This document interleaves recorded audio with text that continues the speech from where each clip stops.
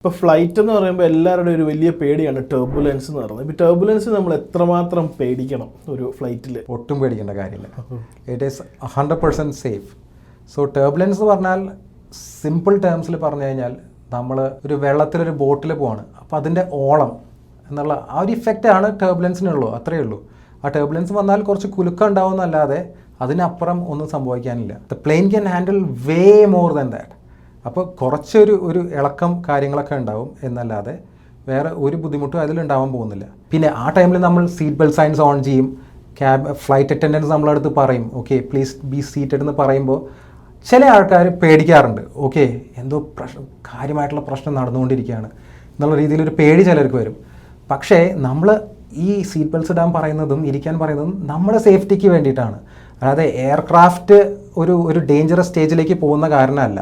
Because നമ്മൾ ഒരു കുലുക്കം വന്നു, നമ്മളറിയാതെ വീണു, നമ്മൾ ഇഞ്ചേർഡ് ആവാനുള്ള ചാൻസസ് വളരെ കൂടുതലാണ്. അല്ലെങ്കിൽ ഈ ടൈമിൽ ഈ ടർബുലൻസ് ഉള്ള ടൈമിൽ നമ്മുടെ ഫുഡ് ട്രോളി നമ്മുടെ മേത്ത് തട്ടി നമുക്ക് വല്ല അപകടം പറ്റുന്നു, അല്ലെങ്കിൽ നമ്മുടെ ചൂടുള്ള കാപ്പി നമ്മുടെ മേത്ത് വീഴുന്നു, അങ്ങനത്തെ ഇഷ്യൂസൊക്കെയാണ് മെയിനായിട്ട് നമുക്ക് സംഭവിക്കുന്നത്. അപ്പോൾ നമ്മൾ ഇരുന്ന് സീറ്റ് ബെൽറ്റ് ഇട്ട് ഇരിക്കുകയാണെന്നുണ്ടെങ്കിൽ വി ആർ 100% സേഫ്.